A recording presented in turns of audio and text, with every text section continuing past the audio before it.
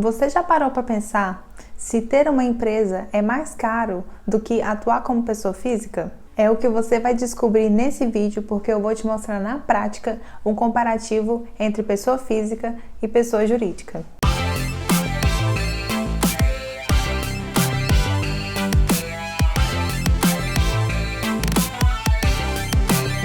Eu já adianto para vocês que não existe uma regra fixa para todo mundo.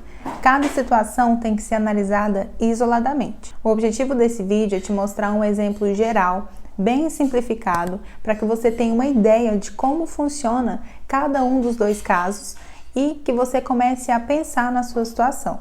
O ponto principal que você precisa entender é que toda receita, tudo que você recebe, precisa pagar um imposto.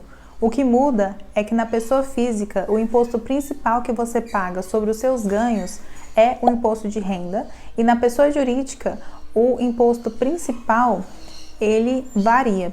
Por quê? A empresa, ela não paga somente imposto de renda, ela paga uma série de outros impostos, e na contabilidade a gente faz essa análise com uma alíquota geral. Nós juntamos todos eles e determinamos uma alíquota geral para ficar mais fácil para que você entenda. O imposto de renda, ele tem uma alíquota específica que eu vou mostrar para vocês, e na empresa a gente trabalha com uma alíquota geral, mas cada imposto tem uma alíquota própria. Eu vou te explicar agora como funciona o imposto de renda da pessoa física. Toda renda que você recebe no seu nome precisa ser devidamente comprovada para que você consiga recolher corretamente os tributos e ficar quite com o fisco. Como que você vai comprovar essa renda que está no seu nome? A forma mais comum que nós temos hoje é através do contrato de trabalho, quando você tem a sua carteira assinada. Quando você está registrado numa empresa, todos os meses ela vai te fazer o pagamento do seu salário e você vai assinar um recibo, que nós chamamos de contra-cheque ou olerite, esse nome varia aí de cada região.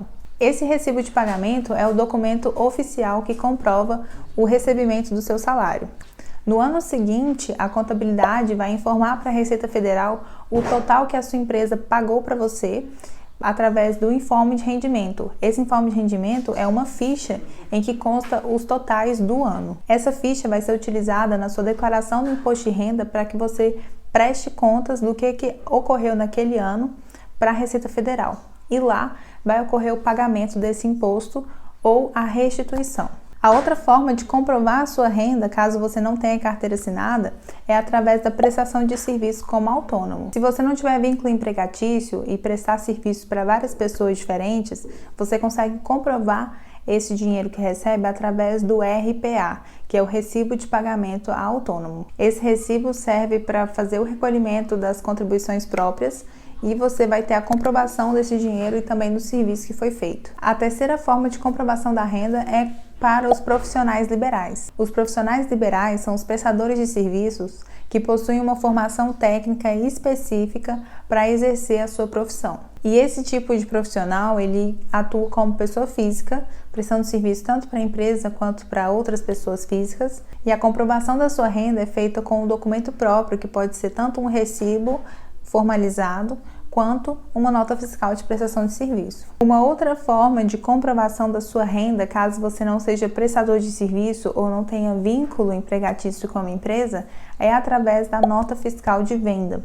Você, como pessoa física, pode vender mercadorias ou produtos e emitir uma nota fiscal no seu nome para poder comprovar esse dinheiro que você está recebendo, caso você exerça esse tipo de atividade comercial. Quais impostos incidem sobre a renda da pessoa física? As pessoas que têm registro na carteira recolhem um tipo de INSS próprio para essa categoria, que segue uma tabela. Essa aqui é a tabela de recolhimento do INSS para quem é contratado em empresa. Essa tabela tem alíquotas variáveis de 7,5% até 14%. Veja que ele incide conforme o seu salário. Se o seu salário for de até 1.212, o recolhimento do INSS é de 7,5%. Se o salário passar de 1.212,1 até 2.427,35, já passa para a alíquota de 9%.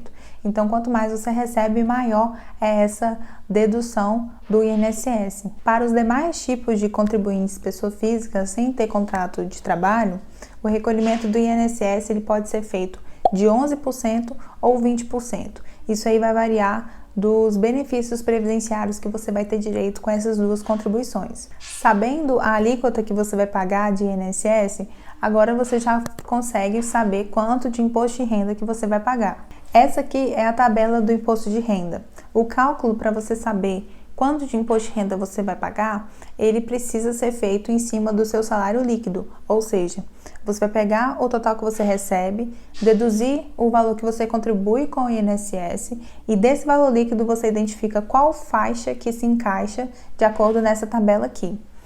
Então, o salário líquido até R$ 1.903,98 está isento do pagamento do imposto de renda. E assim sucessivamente, você pode pagar de 7,5% até 27,5%. Se você atua como pessoa física, independente do tipo de serviço que você faz ou da venda de produtos, tem que fazer o recolhimento do imposto de renda e também do INSS.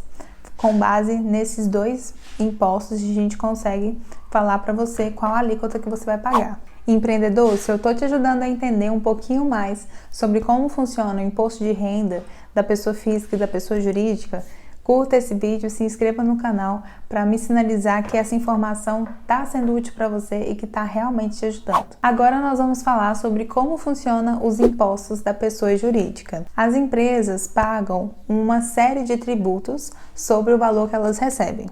E o cálculo desses tributos varia de acordo com o regime que ela se encontra. Basicamente, hoje, as empresas pagam imposto de renda, contribuição social, PIS, COFINS, INSS, ICMS, ISS, IPI e uma série de outros impostos que podem variar de acordo com a atividade da empresa.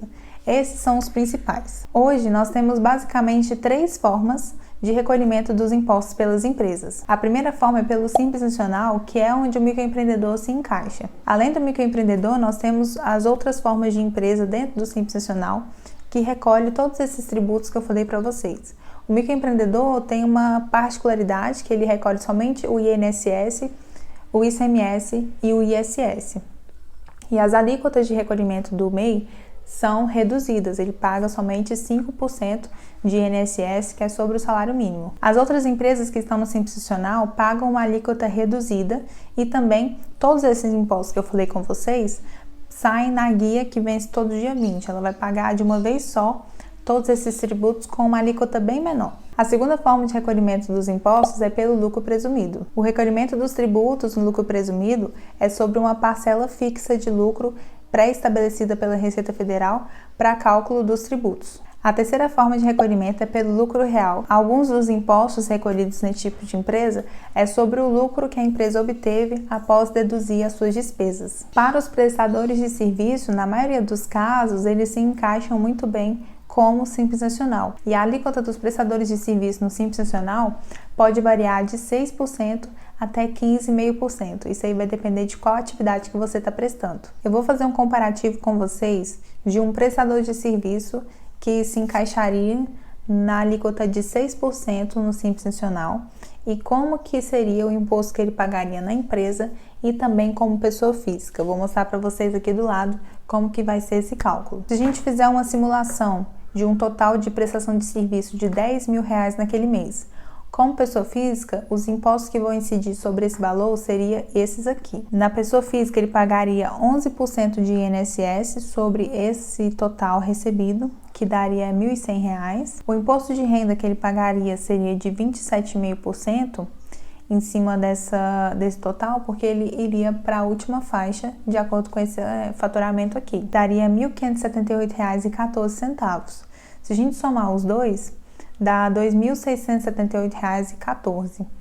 A alíquota efetiva que esse empreendedor pagaria é de 26,78%. Se essa mesma pessoa tiver uma empresa na faixa de 6% do Simples Nacional, ele pagaria R$ 600 de Simples Nacional, mais 11% de INSS, que a gente poderia estabelecer sobre um salário mínimo. Então, o total de imposto pago seria R$ 733,32, que daria uma alíquota efetiva de 7,33%. Perceba que nós temos uma economia tributária muito grande com a abertura dessa empresa. Nesse caso aqui, seria muito viável para esse empreendedor ter uma empresa para poder receber o dinheiro que ele presta o serviço. Essa foi uma simulação simples de um planejamento tributário que nós faríamos para o prestador de serviço. Mas para saber o melhor cenário de acordo com a sua situação, nós temos que analisar todos os aspectos individualmente. Na maioria das situações, a pessoa jurídica sai mais em conta do que atuar como pessoa física. No entanto, a gente sempre precisa avaliar os dois cenários para poder te indicar o melhor. Se você tem dúvidas e precisa desse planejamento para saber o que fazer a partir de 2023, entre em contato pelo link da descrição, que nós iremos fazer um planejamento tributário e te orientar sobre a abertura da sua empresa e também de como fazer o recolhimento dos impostos como pessoa física. Eu espero ter te ajudado e eu conto com a sua participação, curtindo, se inscrevendo no canal e compartilhando esse vídeo. Até mais!